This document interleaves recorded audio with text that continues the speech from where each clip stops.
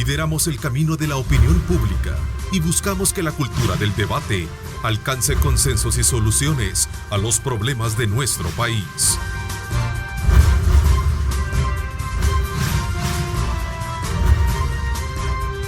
Diálogo con Ernesto López.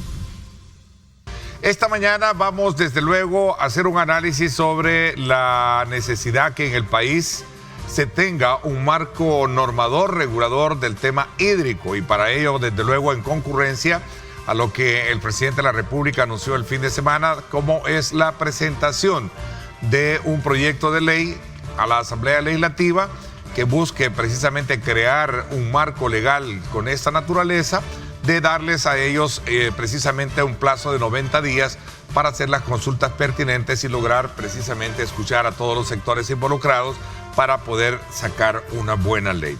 Hoy, en este contexto también, el día de ayer tenemos acá en nuestros estudios a representantes de FESPAP, al licenciado Omar Flores, director de Cultura del Derecho de esta institución, y quiero darle la más cordial bienvenida. Gracias por acompañarnos, licenciado. Muchas gracias, Ernesto, por invitarnos, y muchas gracias a las personas que nos están viendo en sus respectivos hogares y por estar atentos a estos importantes temas. El director de incidencia de la Unidad Ecológica Salvadoreña UNES, el licenciado Luis González, también. Bienvenido, Luis, gracias por acompañarnos. Gracias por la invitación, buenos días, Ernesto, y un saludo a todos los televidentes que nos acompañan para abordar un tema tan importante. Ayer se hicieron presentes ustedes como parte de un conglomerado de organizaciones no gubernamentales relacionadas con el tema del agua, para llevar una iniciativa a la Asamblea Legislativa en la que están solicitando precisamente o presentando sus argumentaciones para la elaboración de este nuevo impulso que llevará a cabo la Asamblea Legislativa, como es una nueva ley de agua. Cuéntenos un poquito el objetivo de la presentación y quiénes estaban, aparte de ustedes, presentes en esta visita. A ver. Bueno, en un primer momento nosotros también hacer una pequeña remembranza histórica de lo que hemos hecho desde las organizaciones de la sociedad civil, iglesias y distintas expresiones organizativas, de que desde el 2006 hemos generado propuestas normativas a la Asamblea Legislativa para que el agua sea regulada con un enfoque de derechos humanos, con un enfoque de cuenca, con pliegos tarifarios equitativos y una serie de puntos, lo que nosotros les hemos llamado los 5 puntos no negociables que debería de contener una ley general de aguas. Bien público, derecho humano, participación ciudadana, cuenca hidrográfica, régimen económico justo. Son los 5 elementos. Esos son los 5 elementos que nosotros hemos identificado y hemos incorporado en todas las propuestas que hemos generado a la Asamblea Legislativa desde el 2006, como lo refería. Y bueno, una vez más, el día de ayer estuvimos presentando una propuesta ciudadana en donde estos 5 puntos se sistematizan, se incorporan en 184 artículos de la propuesta normativa, y creemos que a nuestro juicio son los elementos bases para la discusión. Si se quiere normar en torno a el reconocimiento del derecho humano al agua de la población, estos son elementos vitales sobre los cuales un Estado debe de proteger a la ciudadanía de forma concreta. Luis. Sí, yo creo que es importante retomar de que esta propuesta responde a una problemática. Tenemos una grave crisis hídrica a nivel nacional. Es decir, tenemos el menor acceso al agua en la región centroamericana y el agua más contaminada en Centroamérica. Y tenemos una inequitativa distribución del agua partiendo de usos. Entonces, es muy común ver en El Salvador protestas por falta de agua. Hemos tenido crisis de agua potable en el área metropolitana de San Salvador por falta de cantidad y también calidad de agua. Entonces, no es una normativa que solo va a venir a beneficiar a algunos pocos, sino que es una normativa que desde hace 15 años era necesaria para responder a la magnitud de esta problemática ambiental. Entonces, sin duda, 15 años después, esta problemática se ha agravado porque no se han gestionado los usos y todavía es súper común que tengamos familias, comunidades sin agua, pero que tengamos centros recreativos, industrias, empresas que derrochan agua. Entonces, partiendo de esos elementos, es necesaria una ley de agua, y hay que decirlo claramente a toda la población. Esta no es una propuesta de partidos políticos, es una propuesta del movimiento social que surge de consultas con la gente, de consultas con comunidades, con la población vulnerable, y que los contenidos de la ley desde el 2006 van respondiendo a esas necesidades de la gente. También algo importante que se tiene que hacer notar de esta propuesta es que planteamos que la gestión debe ser 100% pública, porque consideramos de que si hay participación privada en el ente rector del agua, pues van a prevalecer intereses mercantiles y no el bien común de la población. En ese sentido, porque del día de ayer para ahora hubieron varios Twitter de diputados que plantean de que nosotros promovemos participación privada, no es cierto. La propuesta, como la primera propuesta, todas han venido planteando una gestión pública, es decir, de que quien maneje el agua sea el Estado para beneficio de toda la población salvadoreña. Y eso lo hemos venido reivindicando y hemos sido, digamos, coherentes con ese discurso. A ver, Omar, pero y también Luis, pero este ha sido siempre, digamos, como el punto neurálgico de la discusión. Es decir, que la administración, que el ente rector de esta ley deje a un lado precisamente esa figura del sector privado como el ente que va a encargarse de hacer incidencia en la misma, ¿no? Sí, efectivamente, uno de los puntos en donde no se generaba consensos a lo largo de estos 15 años de lucha que hemos mantenido las organizaciones sociales es el tema de la administración pública o la participación desde algunos sectores privados en la administración pública, como lo proponen algo otras expresiones de la sociedad, ¿no? Es preocupante a nuestro juicio que no se hayan logrado esos consensos necesarios a lo largo de estos 15 años de lucha. Nada menos recuerdo que la primera propuesta que planteaba esta situación era presentada por una de las asociaciones de regantes en el año 2012, por ejemplo. Luego, en el 2017, diferentes partidos políticos acompañan una propuesta normativa en donde se incluye la participación privada en el ente, digamos, que se quería conformar como ente rector del agua. Esa propuesta, si mal no recuerdo, fue presentada por Arena, por el PCN, por el PDC y por quien hoy es el partido en gobierno, Gana, ¿no? Entonces, estos partidos políticos le dan iniciativa a esa propuesta y llevaba invívita la participación privada en el ente rector. Y obviamente nosotros en ese marco teníamos una postura distinta. Y nuestras propuestas normativas eran que la entidad, digamos, que debería de gerenciar y gobernar los destinos de los usos del agua era eminentemente pública. Y ahí había una contradicción. Y había una contradicción en esencia de identificar cómo estás viendo un bien común como el agua, con un enfoque eminentemente mercantil o con un enfoque de derechos humanos. Si lo estás viendo con un enfoque eminentemente mercantil, obviamente promueve la participación de sectores privados porque tienen intereses estos sectores para determinados usos del agua. Si quieres una participación, digamos, ciudadana, con un enfoque de derechos humanos, delégale al Estado, que es el titular, digamos, de las obligaciones para proteger y tutelar los derechos humanos de la población. Con el tema de los usos, en el 2016, por ejemplo, el Ministerio de Medio Ambiente hace da datos sobre los usos del agua. Por ejemplo, hace referencia a que el destino del agua para el consumo humano y las actividades domésticas solamente del agua disponible es el 27%. Lo que quiere decir que para el resto de actividades en la economía es el 73% que se está destinando. Y en ese sentido, lo que se identifica materialmente es una distribución inequitativa de el agua. Y obviamente eso no tiene un enfoque de derechos humanos, obviamente eso genera conflictividad, obviamente eso genera desabastecimiento en la población salvadoreña. Nada menos, digamos, la encuesta de hogares y propósitos múltiples, la última que se ha generado, que es del año 2019 y fue publicada en el 2020, hace referencia a que el acceso del agua por cañería para las personas solo la tienen el 81%. Significa de que de cada 100 personas, 20 no tienen ese acceso. Podría ser una cifra bastante considerable, alentadora. Sin embargo, pensar que 20 personas no tienen acceso por medio de cañería a agua, Eso es preocupante, sobre todo también que hay otro elemento, que esta encuesta no valoriza si sobre esa cañería llega agua potable, ¿no? Solo cuantifica el acceso.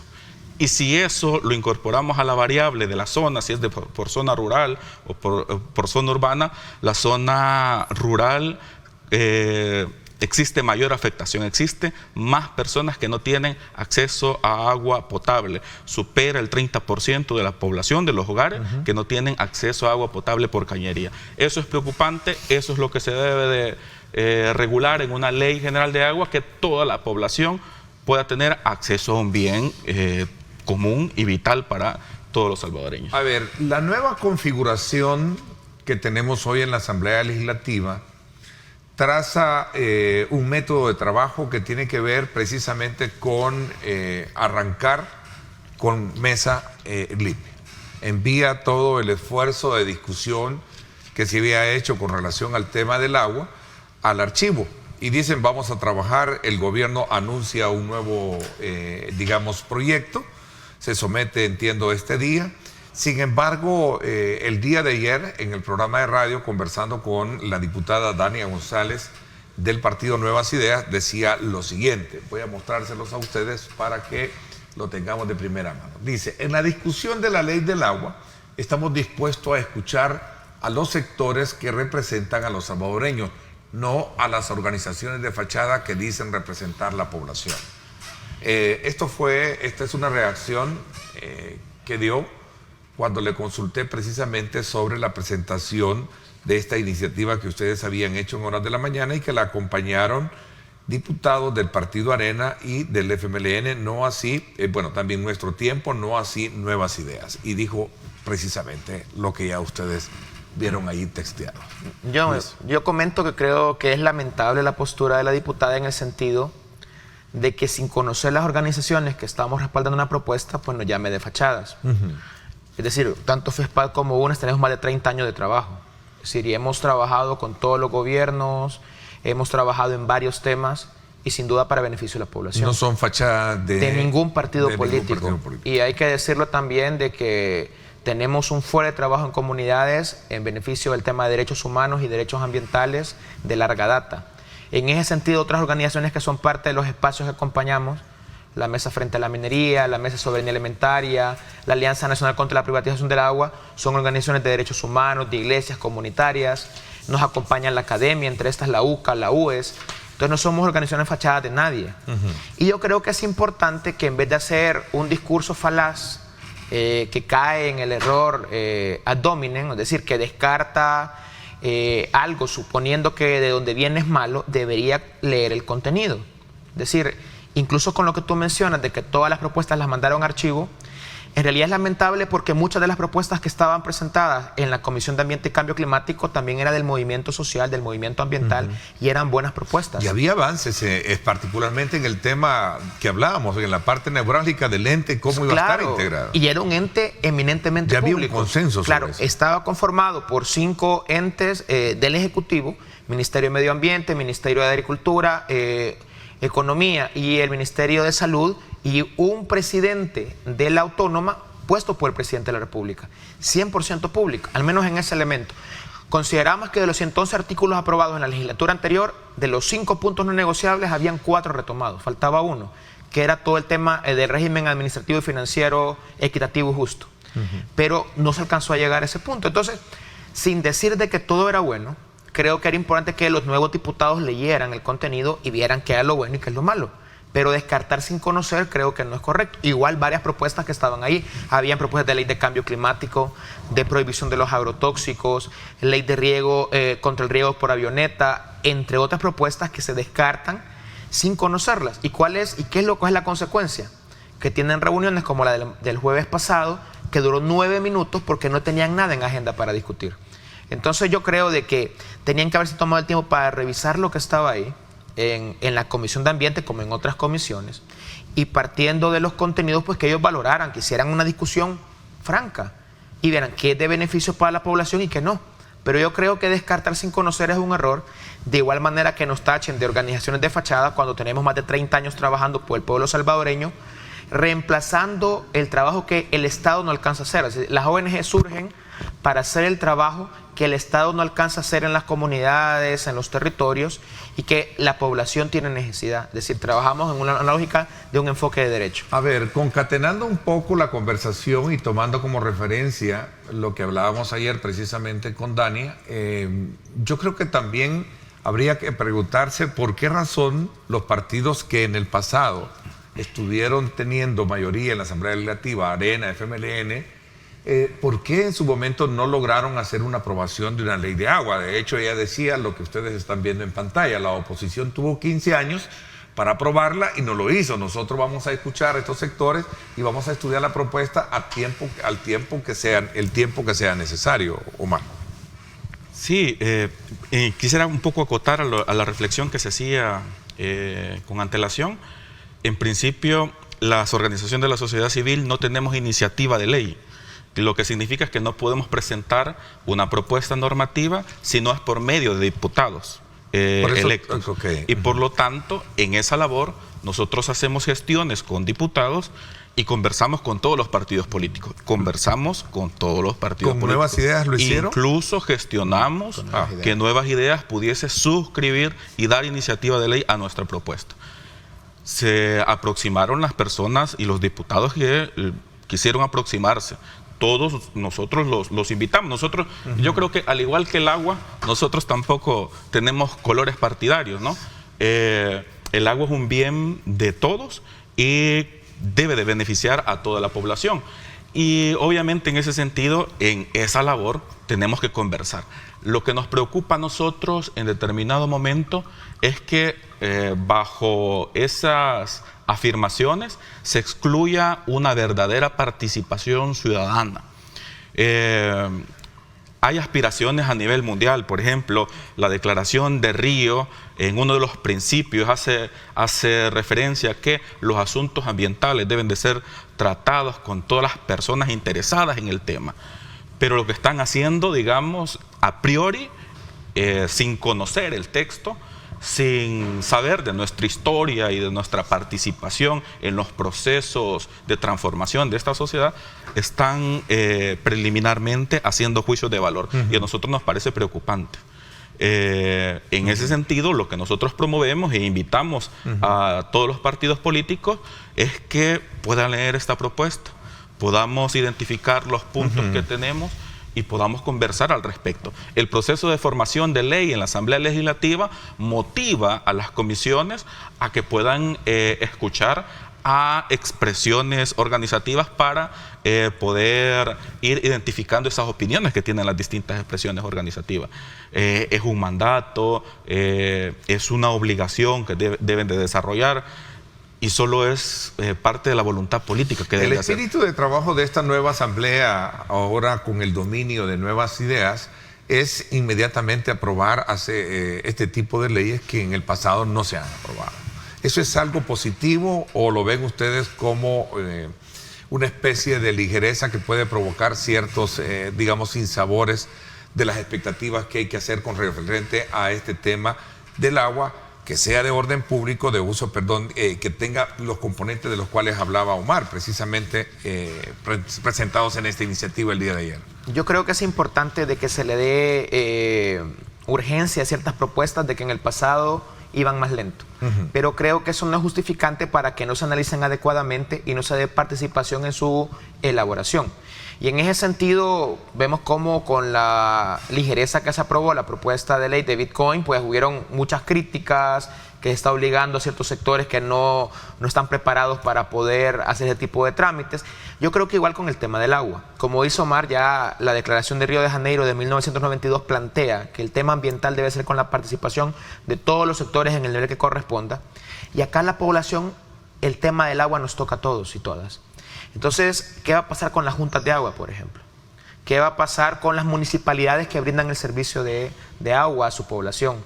¿Qué va a pasar con los diferentes usos? Consumo humano doméstico, abastecimiento de población, mantenimiento de ecosistemas, agua para riego, agua para uso industrial comercial. Eso debería de haber, digamos, alguna forma, algún mecanismo de que la Asamblea Legislativa escuche a la población que tiene opinión sobre el tema. Con esto no queremos decir que se tarden 15 años en aprobar la ley, sino de que se tomen el tiempo y retomen estas expectativas para hacer una buena ley que responda a la población. Pero ¿por qué creen ustedes que Arena y FMLN, cuando estuvieron al frente del dominio de la Asamblea Legislativa, no aprobaron la ley? Esto es importante. Hay que decirlo de que siempre han habido fuertes intereses económicos en que el agua no esté regulada. Y yo te lo mencionaba al principio. Hoy por hoy en este país es esto de río revuelto, ganancia de pescadores, y que el agua no esté regulada sirve que para que ciertos sectores, y hay que mencionar el sector agroindustrial, el sector de urbanización, el sector empresarial que utiliza el agua a granel como materia prima o para producir algún tipo de producto, pues paguen poco y pues obtengan mucha ganancia. El regular el tema hídrico pasa por ver cuáles son los usos prioritarios, cuáles son los usos que pagan poco y que deben pagar más. Y obviamente estos sectores han hecho lobby y cabildeo en la Asamblea Legislativa para ir entorpeciendo la discusión de la Ley General de Agua. Y también hay que decirlo de que del 2006 empezó a hacerse discusión de la Ley General de Agua hasta el 2012, que fue cuando el gobierno presentó su propuesta en el año 2012. Entonces hubieron 6 años que no se discutió a pesar de que había propuestas presentadas y como movimiento social estábamos exigiendo la discusión. Entonces del 2012 a la fecha es que ha habido discusión, o sea 9 años, y que ha habido, digamos, mucho boicot de parte de sectores económicamente fuertes que no tienen interés de que el agua esté regulada porque afecta sus intereses y sus ganancias. A ver, ¿creen ustedes que bajo este nuevo escenario la ausencia de estos poderes fuertes de presión para que existan de alguna manera una ley que los beneficie, estarán ausentes o creen ustedes que de alguna manera van a tener incidencia en la misma? Pues nosotros creemos, y es por eso importante la participación ciudadana en el marco del proceso de la formación de ley, para poder identificar, coincidir o entrar en contradicción con ese tipo de intereses económicos representados en un parlamento, y en este caso en esta nueva composición. Pero hoy por hoy no podemos identificar eso, entraríamos en el mundo de la especulación, y para nosotros no es sano a priori estar generando juicios de valor como hacen algunos funcionarios públicos en relación a una propuesta normativa. Pero es válido que ni siquiera preguntarse con qué argumentación pueden llegar los partidos políticos a exigir que haya una aprobación de ley de agua hoy en día. Ese es el tema. Sí, por lo menos en el ente rector ya había un consenso de los partidos políticos que habían... Era un avance importante, porque lo decíamos al inicio. Que pertenecían a la composición legislativa. Sí. En relación a la nueva bancada, digamos, de nuevas ideas, no identificamos cuál es la proyección. Por ejemplo, lo que identificamos son prácticas del gobierno y algunas orientaciones a los usos de agua. Por ejemplo, el otorgar permisos de forma muy rápida para la sobreexplotación de mantos acuíferos. Un ejemplo de ello es una de las represas que se estaba tratando de construir sobre el río Sensunapán en el departamento de Sonsonate, ¿no? En ese marco, el ministerio, digamos, había agilizado muchos trámites, convocó a una consulta pública en el marco de las restricciones que se habían impuesto por la pandemia, por ejemplo, y ahí sí se generó una consulta pública. Y se estaba orientando en determinado momento a otorgar un permiso ambiental. La Cámara Ambiental, a inicios de este mes, ordena al Ministerio de Medio Ambiente no otorgar ese permiso ambiental en determinado momento. Entonces, vemos esa práctica en determinado momento del gobierno en donde se está sobreexplotando un manto acuífero, afectando el acceso al agua potable de las personas, afectando una cuenca muy importante en Sonsonate, y en determinado momento, pues, esa es una práctica. Vemos la narrativa política que tienen algunos funcionarios públicos que dicen nosotros no vamos a estar de acuerdo en que el agua sea privatizada en ese momento. Entonces hay una práctica y hay una narrativa política que se contradicen. ¿En qué momento nosotros como organizaciones de la sociedad civil vamos a identificar qué intereses están representados en la nueva Asamblea Legislativa en torno al derecho humano al agua cuando presenten la propuesta normativa que anunció el presidente? Y la anunció el jueves pasado, que fue 10, y dijo que en no menos de 90 días tendría que ser aprobada. Hoy estamos a 15, significa que ya tenemos 85 días según sus cuentas, para que esa ley podría ser aprobada de acuerdo a la publicación que realizó, ¿no? Cuando esa propuesta sea presentada, nosotros vamos a tener elementos y juicios de valor en relación a esa propuesta y vamos a identificar qué intereses están representados ahí. Si quiere el presidente de la República y el grupo parlamentario de Nuevas Ideas regular el derecho humano al agua de la población, seguramente va a tener que en determinado momento identificar que el agua es un bien de dominio público, no privado, sin participación privada, un ente rector eminentemente público, un enfoque de cuencas para proteger la cuenca en donde se genera el agua, un régimen, un pliego tarifario equitativo y la participación ciudadana, la participación popular, la participación de estos sistemas de agua comunitario que han contribuido al suministro de agua potable de más de 1,5 millones de personas en donde el Estado no ha podido solventar esa situación. Si la propuesta normativa que llegara a presentar el presidente de la República por medio de sus ministros, dando la iniciativa de ley, lleva estos elementos, nosotros estamos, digamos, de acuerdo, coincidimos en esa situación. Pero hoy por hoy no podemos en determinado momento generar un juicio de valor. A ver, pero la propuesta, al decir el gobierno que manda una propuesta, es que ya hay un documento madre para someterlo a discusión. La pregunta es, ¿qué insumo lleva ese documento? Esa es una buena pregunta. O sea, creo que lo ideal hubiera sido de que este documento que estaba en construcción, tal vez hubiera habido un mecanismo de participación casi como cuando hay una política de medio ambiente, es decir, que se invitan a sectores para que puedan aportar, que lo conozcan y que hayan mesas de trabajo. Y luego lo somete el Ejecutivo, claro, a la Asamblea Legislativa ya con una, digamos, como una antesala. Con un nivel de consulta. De consulta, ¿no? Y a veces en esto colabora mucho las gobernaciones, se colabora con las alcaldías. El miedo de ustedes, Luis y Omar, es precisamente de que vayamos a caer en esa, digamos, disyuntiva de que la administración caiga bajo las manos de aquellos intereses que han estado de alguna manera dominando el tema del agua en este libre albedrío. Esa es una, pero también de que haya, digamos, y en propuestas pasadas presentadas por ciertos sectores, que de manera discursiva o a nivel de principio se diga derecho humano al agua, dominio público, pero en el desarrollo del texto de la ley puedan haber elementos privatizadores. Por ejemplo, que se planteen concesiones de agua por 30 años. Entonces, no tendría sentido que se hable de dominio público, pero se planteen concesiones de un acuífero, de un río, de un lago por 30 años a un sector privado. Que como muy bien lo mencionaba Omar, hemos tenido estas prácticas que no coinciden con el discurso gubernamental. Por ejemplo, en el caso del permiso ambiental otorgado a la urbanización Valle El Ángel, en la zona norte de San Salvador, donde hubo un convenio firmado entre ANDA con la familia dueña, que es la urbanizadora, donde se da más de la mitad de la producción de agua de ese territorio para la urbanización. Entonces, en ese sentido, es una práctica que no coincide con el discurso del derecho humano al agua, del bien público.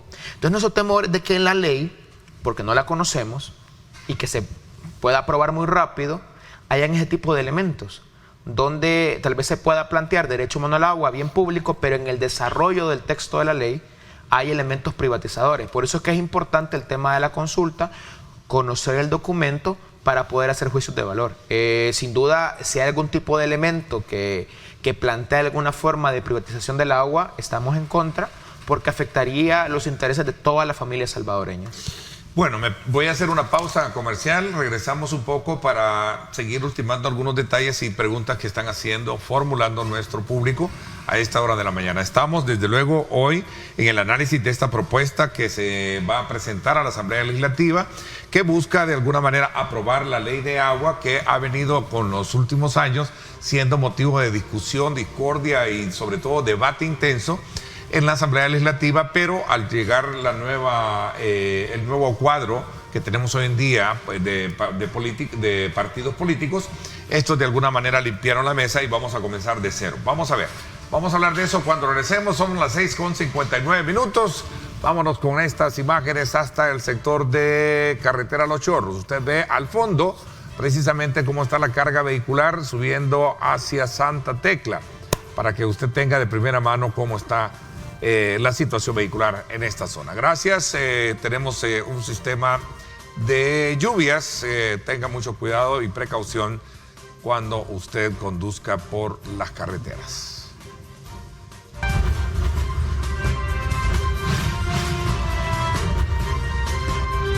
Diálogo con Ernesto López. Por estar con nosotros esta mañana. Continuamos conversando con nuestros invitados, el licenciado Omar Flores, director de Cultura del Derecho de FESPAD, y también Luis González, director de incidencia de la Unidad Ecológica Salvadoreña UNES.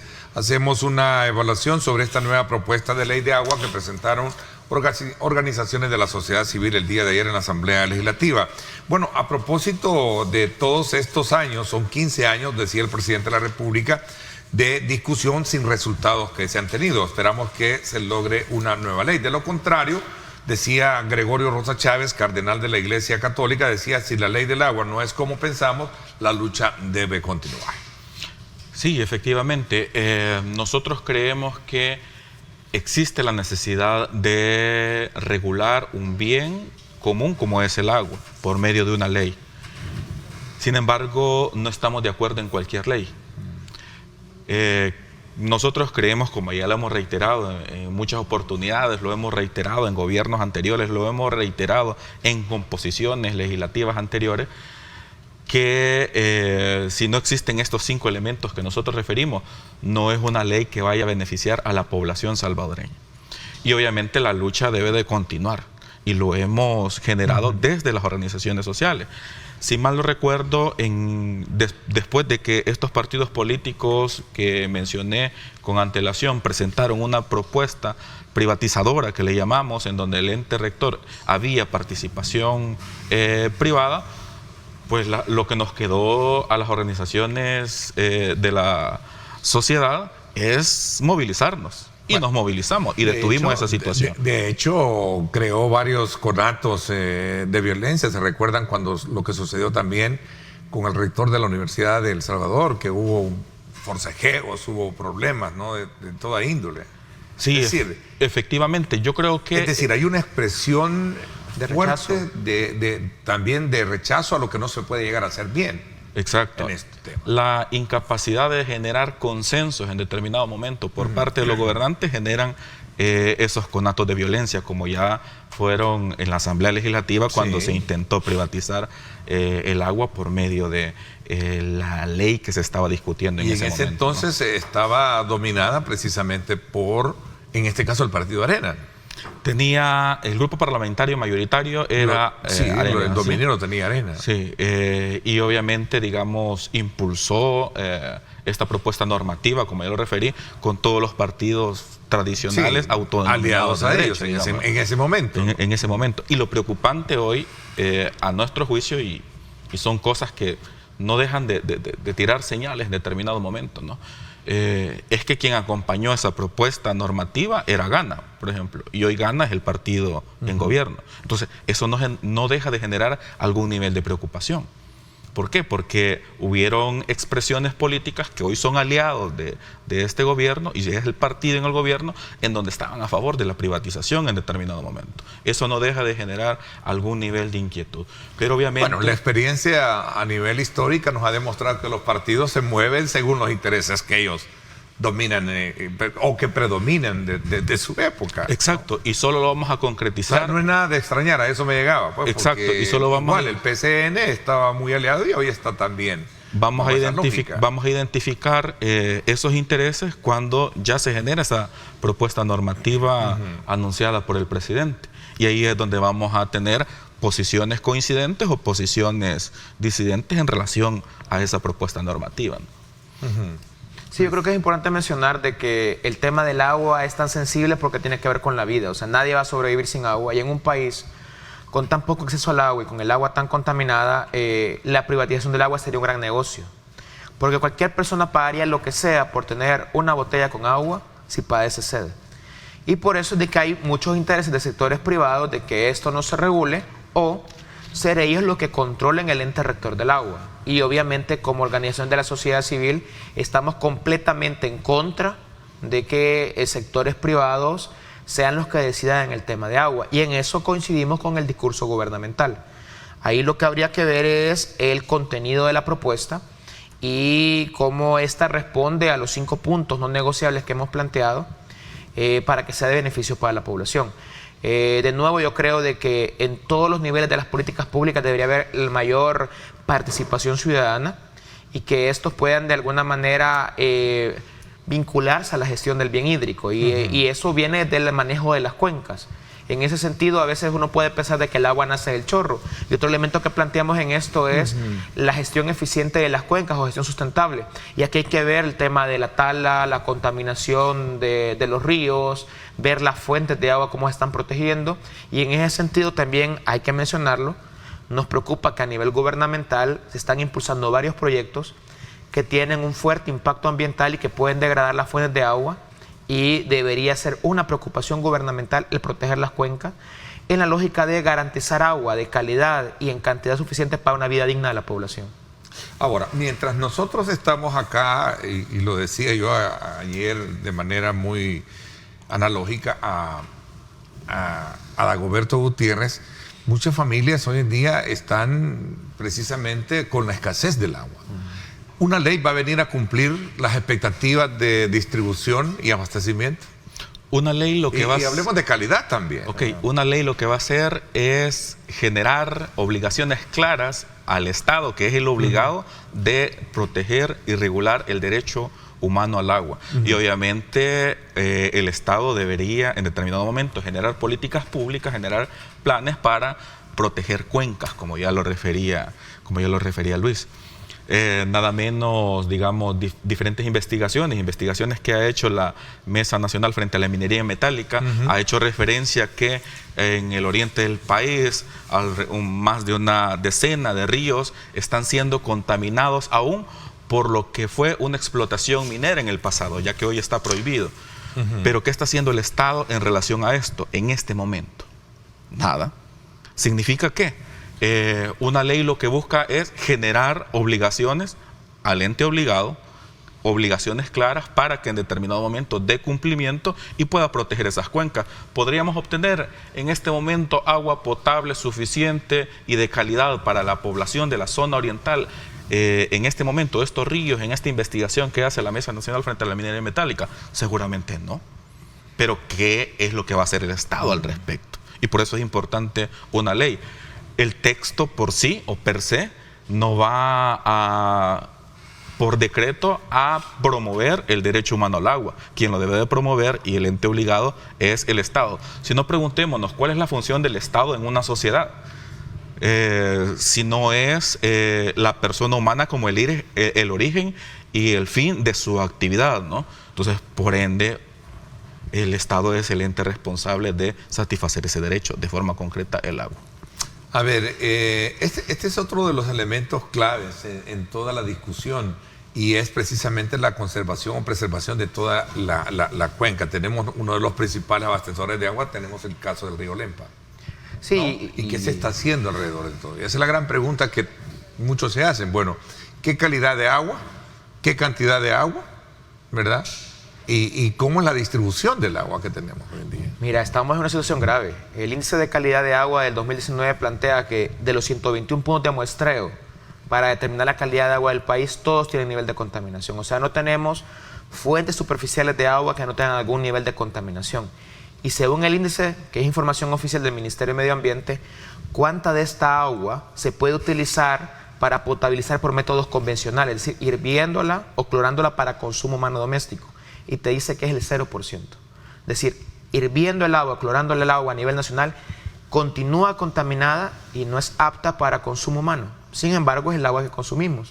Y eso depende o tiene que ver con que está contaminada por metales pesados, agrotóxicos, que hay mucho en el país. Entonces, la situación va además agravándose con el impacto del cambio climático y niveles de contaminación, además de los que se generan en el país, los que se generan fuera del país.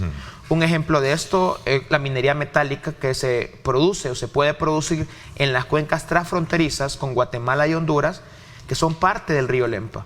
Y ahí tenemos el caso más avanzado, la mina Cerro Blanco en Asunción, Mita, Guatemala, que está funcionando y está aportando contaminación en la cuenca alta del río Lempa. Esa contaminación está ahí. se ha hecho muy poco, por no decir nada, en negociar con el Estado de Guatemala para que esa contaminación no afecte la principal fuente de agua de El Salvador, que es el río Lempa, que es un 60% del agua superficial, 45% del territorio nacional, 40% del agua que viene a San Salvador.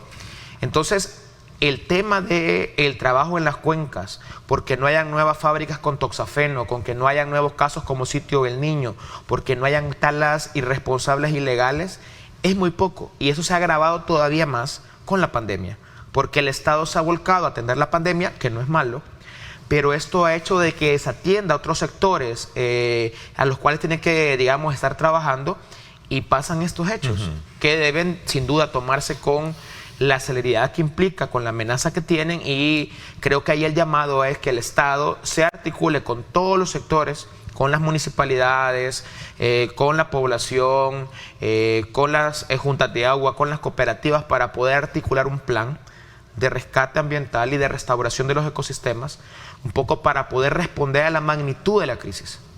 A ver, hubo un equipo, ha estado trabajando un equipo en Casa Presidencial, el equipo ad hoc, para estudiar reformas a la ley, a la Constitución de la República. Y dentro de las propuestas de reforma, que por cierto las comentaba el vicepresidente de la República, dentro de una de ellas está en un numeral el agua potable, la cual se recibieron propuestas para garantizar el acceso al agua potable. Entendería yo que esta es la base por la cual va a ser sometida este día a la Asamblea Legislativa. Nosotros desde las expresiones organizativas, desde el año 2012, hemos generado propuestas de reforma a la Constitución. El último consenso que se generó fue en la composición legislativa pasada, en donde se promovió reformar el artículo 2 y el artículo 69 para reconocer el derecho humano al agua y su saneamiento. Nosotros creemos que eso fue un avance importante, y que esta Asamblea Legislativa, nosotros esperábamos, a partir del discurso que se tenía, que esta Asamblea Legislativa pudiese ratificar esos artículos, esa propuesta de reforma que se había generado ya en determinado momento. Nuestra Constitución, para que pueda modificarse en determinado momento y esa modificación pueda ser válida, tiene dos momentos, dos etapas. Una composición legislativa o una legislatura aprueba la propuesta de reforma. La composición legislativa, como ya lo dije, ya lo había aprobado, y esta composición legislativa, nuestra Constitución, obliga a que pueda ratificar esa propuesta de reforma. Si esta Asamblea Legislativa hubiese tenido el interés de reconocer en la Constitución el derecho humano al agua, era el momento oportuno para poder ratificar eso. Hoy, que ha sido mandado al archivo, pues nosotros esperamos que en determinado momento existan iniciativas de los diputados para que puedan salir estas propuestas del archivo y pueda esa reforma ser ratificada, ¿no? Para que nuestra Constitución reconozca un bien tan vital como el agua. Ok, las expectativas, ¿qué esperan? Pues nosotros consideramos de que de cara a la magnitud de lo que se ha planteado, pues se puedan retomar las propuestas de la sociedad civil. Esta propuesta presentada el día de ayer, la propuesta de ley ciudadana y sustentable general de agua, se puedan retomar en la discusión los 5 puntos no negociables y tengamos la mejor propuesta de ley para beneficio de la población salvadoreña. Y esperamos de que en esta discusión tomen en cuenta la sociedad civil sobre aquellos puntos que no queden claros, aquellos puntos que no se comprendan, pues estamos en toda la disposición de poder apoyar en la discusión, de aportar técnica, jurídicamente a la construcción de elementos para una buena propuesta en beneficio de toda la población salvadoreña. Omar. Nosotros creemos que en determinado momento la construcción de propuestas normativas con participación ciudadana es importante. Eso permite generar los consensos necesarios para que los intereses de la población estén implícitos en una propuesta de ley. E invitamos a la Asamblea Legislativa que pueda generar esos espacios para poder tener una ley en no sé cuántos días, en 85 según la cuenta, con un enfoque de derechos humanos y con los 5 elementos que nosotros hemos llegado a considerar como importantes. Bueno, les agradezco que me hayan acompañado esta mañana y conocer desde la perspectiva de ustedes este nuevo intento, esta nueva propuesta que busca generar los insumos pertinentes para lograr una buena ley y que garantice la calidad y buena distribución en nuestro país. Gracias por la invitación. Gracias, les agradezco muchísimo. Nos vamos a la pausa, 7:17. Regresamos con el ministro de Trabajo, Rolando Castro, con quien vamos a hablar temas importantes de país también, tras su reciente gira de trabajo por Ginebra, Suiza, y otros temas de país. 7:17, imágenes desde el sector del Boulevard del Ejército para que usted tome en consideración cómo está el tráfico a esta hora de la mañana por esta zona.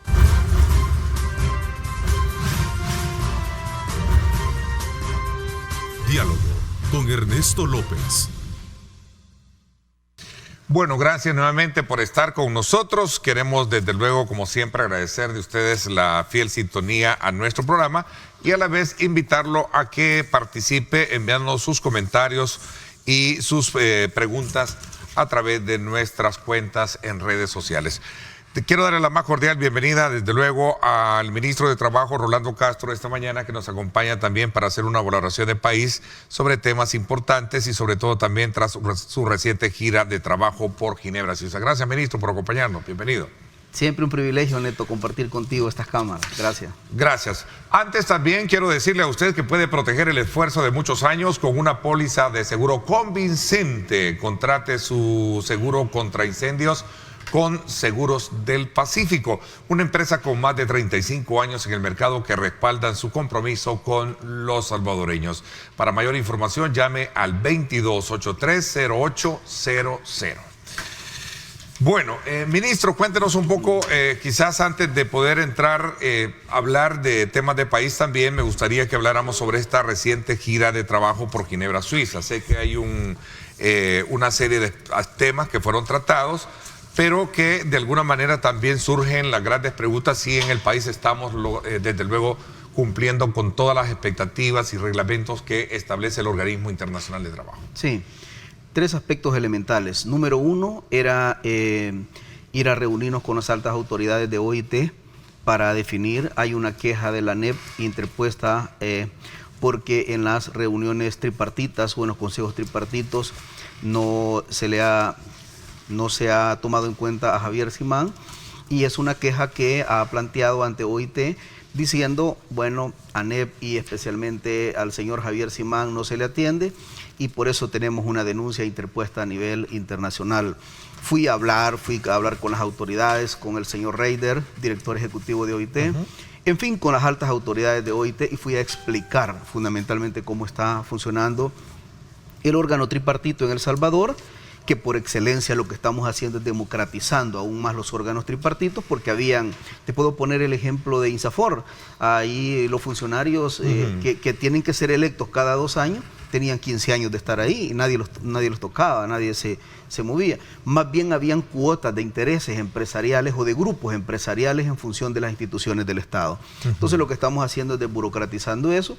Fuimos a dar un informe, entregamos también un informe a OIT sobre el asesinato de un dirigente sindical en Santa Ana, que fue en el 2010, y el asesinato de Weder Arturo Meléndez, para que la comunidad internacional se entere de lo que ha pasado en el país y por dónde pueden ser los posibles responsables ante estos hechos, y que lo hemos dejado en manos de la institución del Estado como corresponde a la Fiscalía.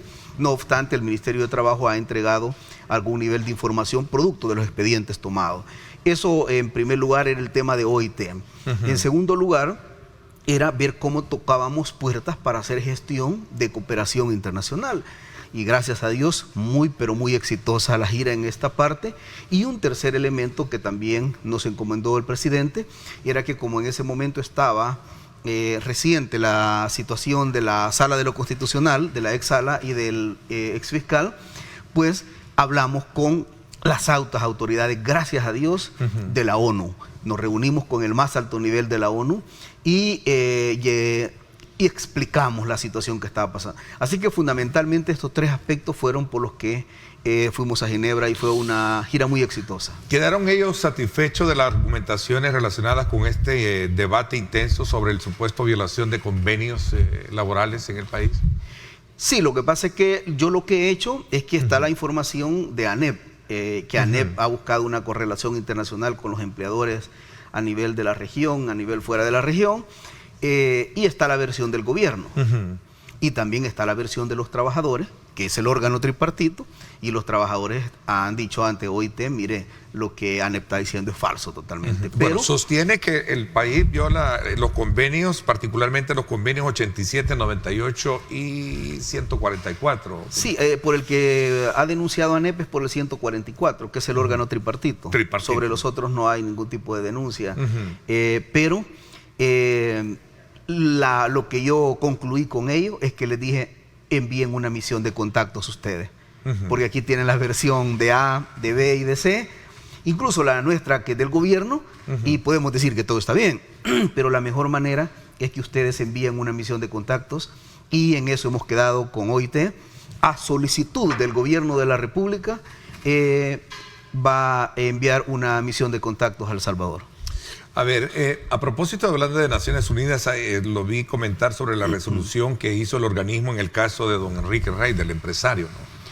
Sí, la ONU como tal tiene una resolución con 5 personas en El Salvador. Esto lo ha definido el grupo de detención arbitraria de la ONU, y es de 4 mujeres que las capturaron y fueron llevadas a prisión, y al parecer por una condena de 30 años. Y que tiene que ver con el aborto como tal. Sí. Entonces, la fundamentación que OIT tiene es que, y repito, y lo dejo muy claro, el concepto y la resolución emitida de la ONU sobre el caso de estas 4 mujeres es que dicen de que han llegado a la conclusión que se ha criminalizado la pobreza, porque son mujeres del área rural, neto, son mujeres que no tenían orientación ni siquiera sexual. No hubo un tratamiento, no se sabe si fue aborto terapéutico o no, no se sabe absolutamente nada. La verdad es gente muy, pero muy humilde. Entonces ONU ha concluido que tener detenida por 30 años a estas personas es una criminalización de la pobreza, y lo justifica de la siguiente manera. Una mujer que tiene un embarazo no deseado y tiene capacidad económica, compra un boleto, se va para cualquier parte del mundo donde es permitido el aborto y en alguna medida resuelve. Sin embargo, en el caso de las mujeres pobres, no tienen esa oportunidad, no hay orientación, hubo sangramiento que no se sabe si en alguna medida fue a propósito o no, y debido a eso están capturadas y están detenidas, y la conclusión de la ONU es que deben de salir, y ya salió la primera. ¿Es criminalización de la pobreza? Esa es la conclusión que ha llegado ONU. Porque hay 2 tipos de segmentos. Uno, la mujer que sale embarazada, un embarazo no deseado, toma un vuelo y se va para cualquier parte del mundo que está permitido el aborto, mientras que una persona con extremo nivel de pobreza ni siquiera orientación tiene, ni mucho menos asistencia. En el caso del señor Rice hay un planteamiento claro que la Fiscalía utilizó pruebas falsas, que la Fiscalía utilizó testigos, fundamentalmente testigos ciegos, que la Fiscalía presionó a testigos para que construyeran una obra arquitectónica eminentemente falsa contra el señor Rice, y la conclusión que ha llegado la ONU es que deben de resarcirse de forma inmediata todos los derechos constitucionales a él. Mi pregunta era en alguna medida si eso es de acatamiento forzoso o no para un Estado, pero nuestros abogados y los abogados internacionales de la ONU se concluyó de que el 144 de la Constitución de la República plantea clara y categóricamente que el Estado salvadoreño tiene un tratado con un organismo internacional, tiene que cumplirlo. Y si un momento dado hay un problema de análisis o interpretación o que contraríe el tratado a la legislación salvadoreña, incluso en la supremacía jurídica se antepone el tratado. Así que esa es una resolución, y quiero decirte algo, nosotros como Ejecutivo ya cumplimos, porque la orden que emitía ONU es que el Estado salvadoreño y el gobierno notificara a las instituciones, Corte Suprema de Justicia, Fiscalía y nuestra Canciller. Pero ahora está en manos entonces del Tribunal de Justicia. Y nuestra Canciller de la República ya cumplió con eso, emitiendo a los tribunales competentes. Ya si los tribunales acatan o no acatan, será una responsabilidad de ellos y no nuestra. Nosotros hemos cumplido. Todo esto tiene que ver precisamente con el trabajo que ha hecho la Fiscalía General de la República de ese entonces del caso.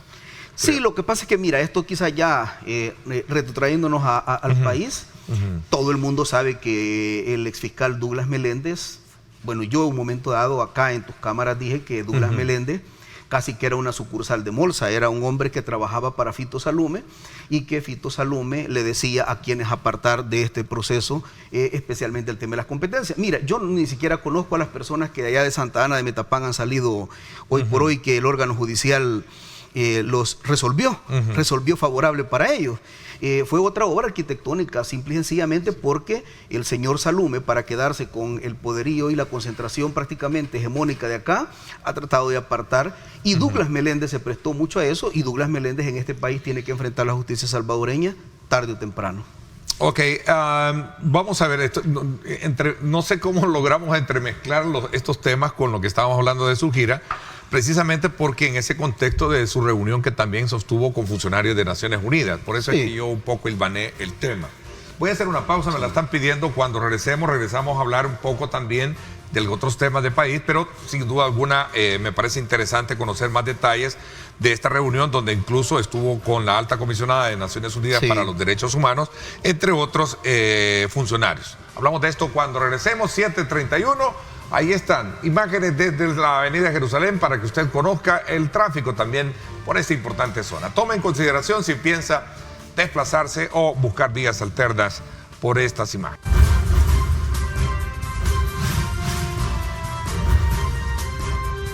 Diálogo con Ernesto López.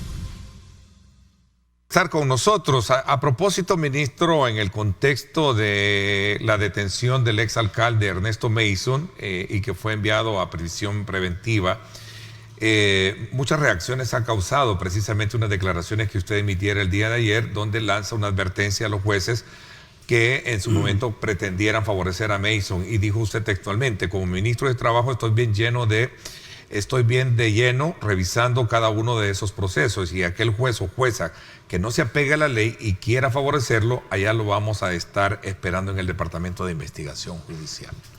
Esto ha causado muchas inquietudes. Es que lo que pasa es que acá hemos tenido un mundo anormal que nos han hecho ver que era lo normal. ¿Por qué fue creado el Departamento de Investigación Judicial, Neto? Para que el que se siente insatisfecho poder demandar por un proceso. Y fundamentalmente para que aquel juez o jueza que no aplique la justicia en base a derecho, está el departamento. Entonces lo que estamos haciendo en un país de un Estado de Derecho, simple y sencillamente haciendo uso de la institucionalidad. Te pongo un ejemplo. Hay un juez de paz que cuando fue la audiencia con los trabajadores municipales, ese juez ni siquiera los tomó en cuenta. Los tuvo encerrado en una oficina que no era la audiencia, y hizo un montón de actos irregulares. Se fue a denunciar al Departamento de Investigación Judicial, ahí se está investigando. Ahora, lo que hay es que garantizar que las instituciones del Estado funcionen. Y lo que yo estoy haciendo única y exclusivamente, y lo que dije ayer, no sé por qué ha sido pecado, he visto unos abogados que son opinólogos contra el gobierno de forma permanente, diciendo de que eso es incorrecto, es ingerente. No, lo que estamos haciendo es uso de la institucionalidad. Si un juez o jueza, que han habido muchos jueces que han favorecido a personas por encima de la ley, lo que deben de hacerse es procesarse en el Departamento de Investigación Judicial, y es él el que concluye si hubo irregularidad o no. Ahora, también debo reconocer que hay muy buenos jueces, muy buenos magistrados en la Corte Suprema de Justicia, que son gente muy correcta y muy honesta. Uno no puede generalizar por un par de personas que hagan lo contrario. En declaraciones a la prensa decía el exalcalde que el juez que hoy me decretó la detención fue amenazado este día por el ministro de Trabajo, todos los medios de comunicación, y eso es lo que vive en nuestro país, un retroceso democrático institucional de espectaculares dimensiones. Me declaro un preso político. ¿Hay persecución política en este caso? No. Este gobierno no lo mandó a negociar ni a entregar dinero a las pandillas. O sea, este gobierno no lo mandó a que entregara dinero a las pandillas para que las pandillas tuvieran un aparato logístico y asesinaran gente en El Salvador. Ninguno de nosotros lo mandó a no pagarle a los proveedores en la alcaldía de San Salvador, apropiarse de ese dinero, y ninguno de nosotros lo mandó a apropiarse del dinero más sagrado, que es de los trabajadores. Que ese es el tema actual, ¿verdad? Porque en el tema del caso de las pandillas todavía sigue en curso y hay una detención, digamos, administrativa. Más que todo, él debe estar detenido en su casa, ¿verdad? Pero nadie lo mandó a delinquir. Nadie lo mandó a delinquir. Ahora, un delincuente, o sea, vamos a ver, Mason es un delincuente en términos reales, vestido y queriendo utilizar la instrumentalización política para decir que es un preso político. Son dos cosas distintas. Neto, nadie lo ha procesado a Neto Mason porque diga A, B, C contra este gobierno. Es más, yo dije en la reunión con la alta comisionada para los derechos humanos en Ginebra, le dije: alta comisionada, tenemos 37 protestas en estos 2 años antigubernamentales que han protestado contra nuestro gobierno. Y hasta este momento no hemos gastado una bala de goma, no hemos utilizado una bala de goma, ni hemos utilizado un tubo de gas lacrimógeno en contra de nadie. Neto, 37 protestas contra este gobierno en lo que va de 2 años. Y la Policía Nacional Civil y nuestro cuerpo de unidad de mantenimiento de orden, lo que hacen hoy es que garantizan y darle protección a quienes están protestando. A ver, pero no estamos actuando contra nadie. Ok, pero para ser un poco específico y claro, el tema del delito contra el exalcalde es por la retención del impuesto sobre la renta a los empleados. Es que ahorita lo han procesado única y exclusivamente porque no envió la plata al fisco. Pero todavía no lo han procesado por las retenciones, que ahí son millones de dólares, por los trabajadores que no pudieron pagar su casa. De la Dirección de Desechos Sólidos. Trabajadores netos que los tocaba jubilarse este año y debido a 2 años de no pago de cuotas, no se pudieron jubilar. Pero la defensa argumenta que no había dinero precisamente por la pandemia y que el gobierno no había otorgado el FODES. Los salarios y las retenciones legales están presupuestadas de forma permanente y nunca dependen de FODE. FODE es exclusivamente para proyectos. No tiene absolutamente nada que ver. El tema presupuestario está totalmente definido entre las obligaciones que tienen que ver con los trabajadores. Falso totalmente, es manejo nada más. Ahora, estas medidas obviamente lo van a llevar a estar y mantenerse, como él dice, tras un caso u otro caso. Eso no ha sido bien visto por algunos sectores y especialmente la defensa, ministro. No, pues claro, si la defensa le está pagando su salario para que lo defienda, y la defensa tiene que decir todo lo contrario. Mason ha delinquido, no lo digo yo, lo dice un tribunal. ¿Tú recuerdas cuando el tema de pandillas hubo detención y una juez en su momento dijo: ¿y por qué no han traído los gángster acá? Que le reclamó al fiscal Meléndez que por qué la fiscalía no había llevado los gángsters, los que financiaban. Mason, ¿tú lo dudas, Neto, que Neto Mason ha financiado las pandillas cuando un video judicializado, no es un video cualquiera, es un video en sede judicial que fue mostrado públicamente con un montón de dinero ahí entregando a las pandillas?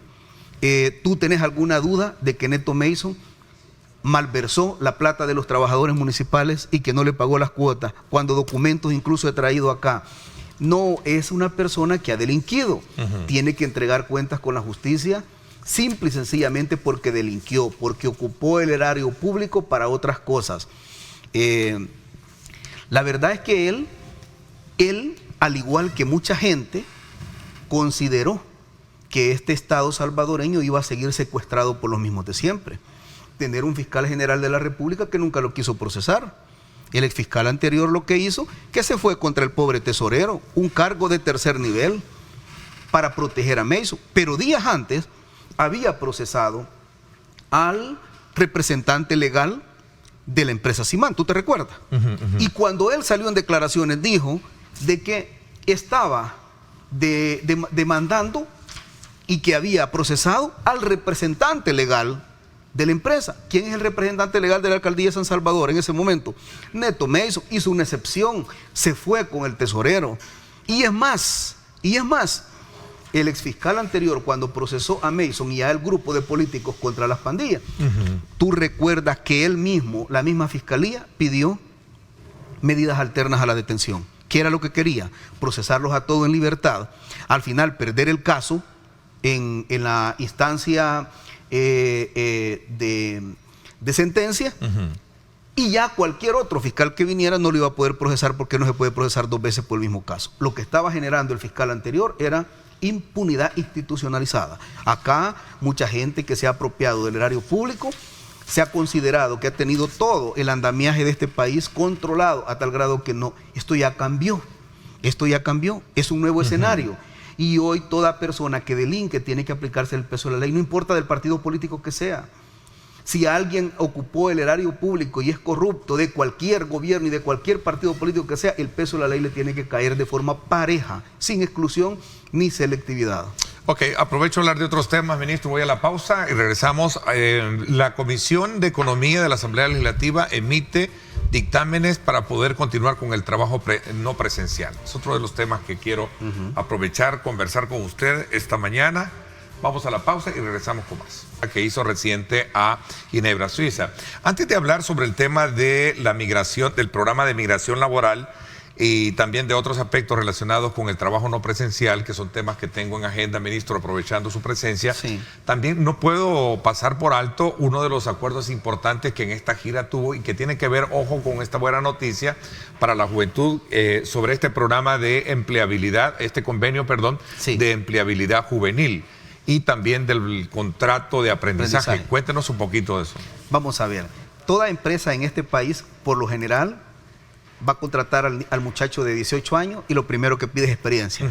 No tiene experiencia porque no ha tenido su primer empleo. Entonces resulta que en esta gira me reuní con el alto comisionado de ACNUR y llegamos a un acuerdo de que nos van a asignar un fondo al Ministerio de Trabajo y al joven, al muchacho, con la empresa definimos el perfil. Y los primeros meses, con el fondo que ellos nos están otorgando, ACNUR, nosotros contratamos al joven en el proceso de aprendizaje y de inducción empresarial.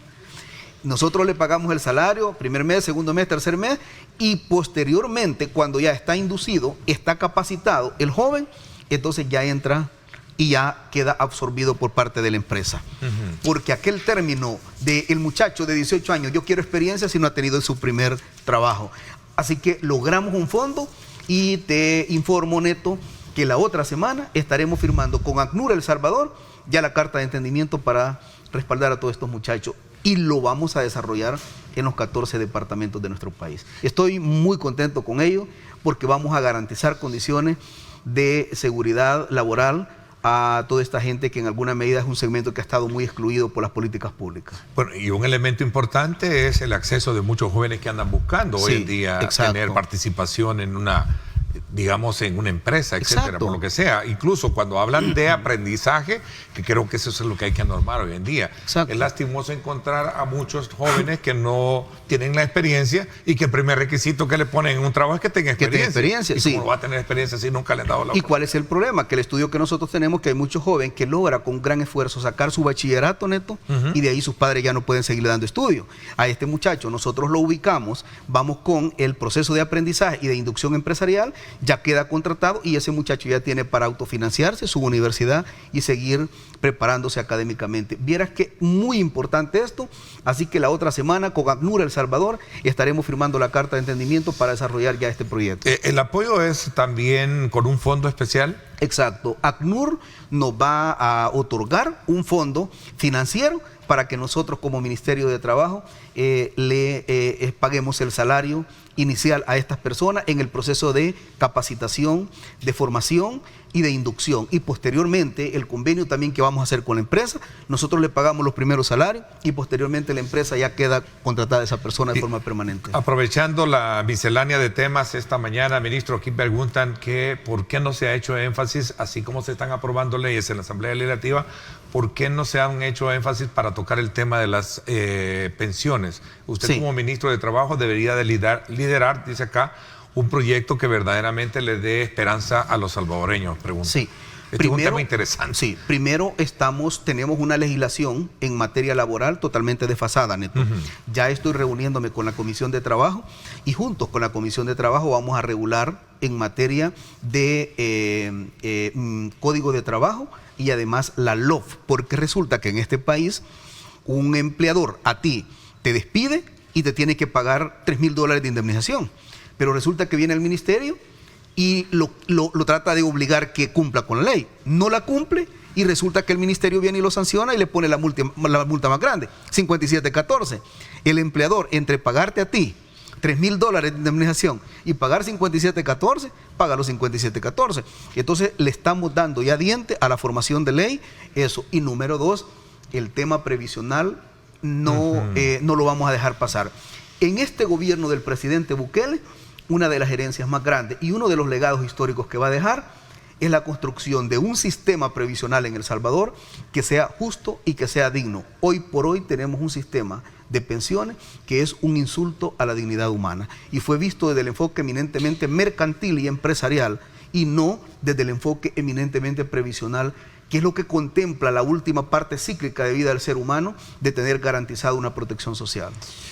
Hay digamos, iniciativas que están dándole ya forma y fondo a esta situación. La instrucción del presidente es que a un equipo multidisciplinario, estamos en la construcción de posibles escenarios y después de la construcción de posibles escenarios vamos a tener ya las reuniones con los trabajadores, con los empleadores, para enriquecer con la academia, con todos los sectores de este país, a fin de garantizar un sistema previsional que nos permita, como repito, una vejez justa, porque el trabajador entrega toda una parte de su vida y posteriormente, hoy por hoy, está condenado a la mendicidad prácticamente. Ok, interesante. Vamos a ver, el programa de migración laboral, ¿en qué términos se encuentra? Lo último que conversé con usted era de que se estaba preparando también a salvadoreños para viajar no solo a Estados Unidos, sino que a otros países que habían ofrecido también establecer un convenio con el nuestro para poder tener visas de trabajo. Sí, ya tenemos un avance bastante fuerte con España, ya muy fuerte, y ahí nuestra canciller de la República está trabajando con su equipo muy fuerte. Estamos trabajando con otros países ya. A nivel de Europa estamos tocando el escenario de mercado laboral. Hay un buen nicho para construir opciones laborales en Europa. Y hay una cosa muy elemental, que este es el mejor momento bajo el programa de migración laboral que estamos atravesando con los Estados Unidos. Neto, estamos hablando que el próximo mes, los próximos meses, tus cámaras van a ser testigos de enormes cantidades de trabajadores. La actual encargada de negocio de la Embajada Americana nos está ayudando a la agilización del tema de visas, pero aún más nos está ayudando mucho en construir un buen nicho fuerte. Acabamos incluso de hacer llegar visa H2B, que tiene que ver ya con la diversificación del trabajo. Así que te puedo decir que la relación con los Estados Unidos bajo el programa de migración laboral está pasando por su mejor momento y en los próximos días estaremos enviando contingentes muy grandes. Y una cosa adicional, que con los otros escenarios también que estamos estudiando a nivel internacional, sí ya estamos pidiendo incluir mujeres, porque hasta este momento las solicitudes empresariales que hemos tenido ¿Por qué no se incluyó el tema de mujeres en este tipo de...? Porque nuestro país reacciona en el marco de la demanda que tiene la empresa. Entonces la empresa en estos contingentes que hemos enviado solo han necesitado hombres.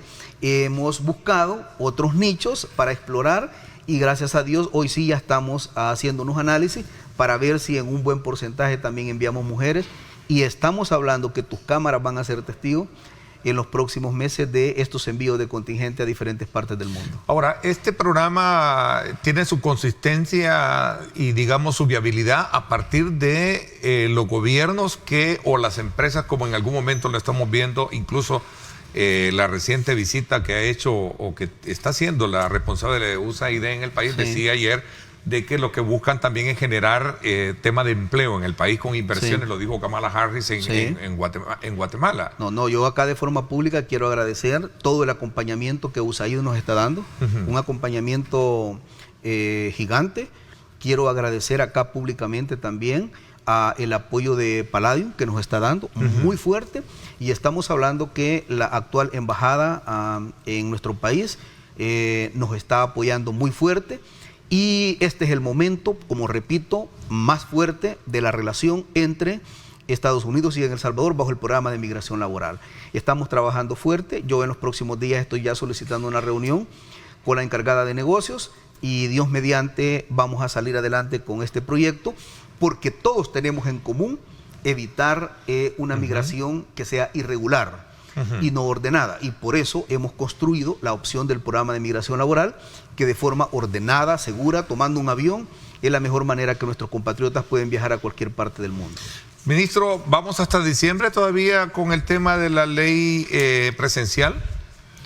Bueno, nosotros estamos trabajando un anteproyecto con la Asamblea Legislativa que tiene que ver con el tema de vacunación y con el tema de algunas enfermedades crónicas, por ejemplo, y también el tema de la edad. Si las personas ya tuvieron su dosificación completa de vacuna, en alguna medida se le tienen que garantizar las condiciones para ir haciendo una reinserción laboral ya ordenada. Pero el tema del teletrabajo, ¿sí?, que fue producto de una necesidad que la pandemia nos creó, hoy incluso hay empresas que están prefiriendo de la mejor manera quedarse porque ya quedó instalado todo un sistema y algunas empresas están prefiriendo incluso el tema del teletrabajo. Pero ¿cómo se está cuidando, digamos, el tema del respeto del derecho laboral? Porque una cosa es estar en casa, otra cosa es que es enorme bajo estricta, digamos, palabra de cumplimiento en una empresa. Y este trabajo no presencial que en algún momento se ha aprobado, la prórroga que sea hasta diciembre, ¿no? Te voy a dar un adelanto, Neto. Sí. El Ministerio de Trabajo ya tiene el anteproyecto de ley sobre teletrabajo y lo va a presentar en los próximos días en la Asamblea Legislativa. Proyecto completo, con todas las aristas, con todo el análisis integral que puede dar. Así que te puedo garantizar, ya tenemos el proyecto total de teletrabajo y tanto esto como el tema de seguridad, de las empresas de seguridad y limpieza, son las dos grandes prioridades que estamos trabajando con la Comisión de Trabajo de la Asamblea Legislativa para articular una modificación de ley. Ahora, esto nos va a llevar a comprender que entramos en una nueva modalidad, aun y cuando ya la pandemia, pues, a no ser, pues el día de ayer el ministro decía que ha habido un pequeño o leve incremento, pero sin embargo está controlada la situación. Sí, gracias a Dios está controlada. Lo que pasa es que yo creo que en El Salvador hemos bajado la guardia la población. Quiera si o no nuestro país, no lo digo yo, no lo dice el presidente, no lo dice nadie, lo dice la OMS, la Organización Mundial de la Salud, que El Salvador está calificado como uno de los mejores países en el manejo de la pandemia a nivel mundial. Pero yo creo que ha habido un exceso de confianza y hemos bajado la guardia los salvadoreños. Ya se ven personas incluso sin mascarilla en las calles y eso no puede ser. El virus todavía sigue circulando en El Salvador y debemos de cuidarnos absolutamente todo. Ese es un llamado. Ministro, FMLN presenta iniciativa en la Asamblea Legislativa por el salario mínimo. ¿Qué piensa? Que FMLN y Arena gobernaron este país por más de 30 años y que todas las grandes deudas sociales que ellos nos heredaron son los que ahorita quieren que resolvamos en 2 años. El tema del salario mínimo va a ser analizado, discutido, y no va a ser analizado y discutido con politiqueros, va a ser discutido con trabajadores y con empleadores. Hay un consejo que se llama Consejo Nacional del Salario Mínimo. Esa es la mesa que va a ser discutido y que eso lo va a discutir, lo va a analizar, lo va a proponer de forma consolidada los trabajadores acá y los empleadores acá. Porque el Ministerio de Trabajo anterior solo valía la postura de los empleadores y estaba ausente la postura de los trabajadores. Pero desde hace 2 años que entró el gobierno no se ha tocado este tema. Como no, instalamos el Consejo del Salario Mínimo, estábamos trabajando y producto de la pandemia es que hubo un distanciamiento.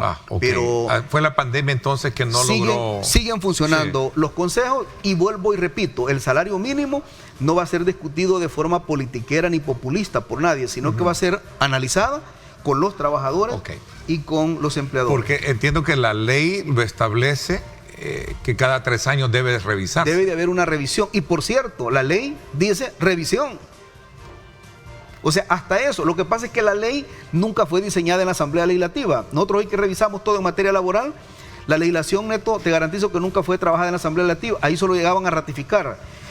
Por eso hay que modificar el contexto general de la ley en todos los aspectos.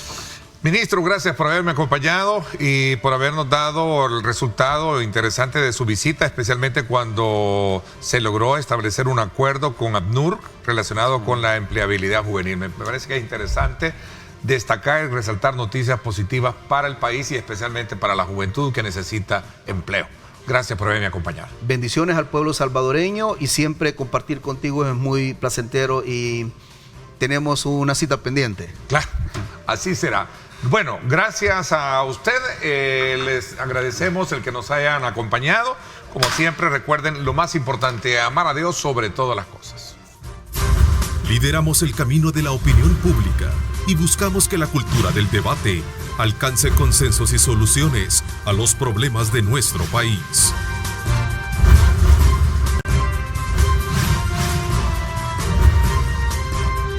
Diálogo con Ernesto López.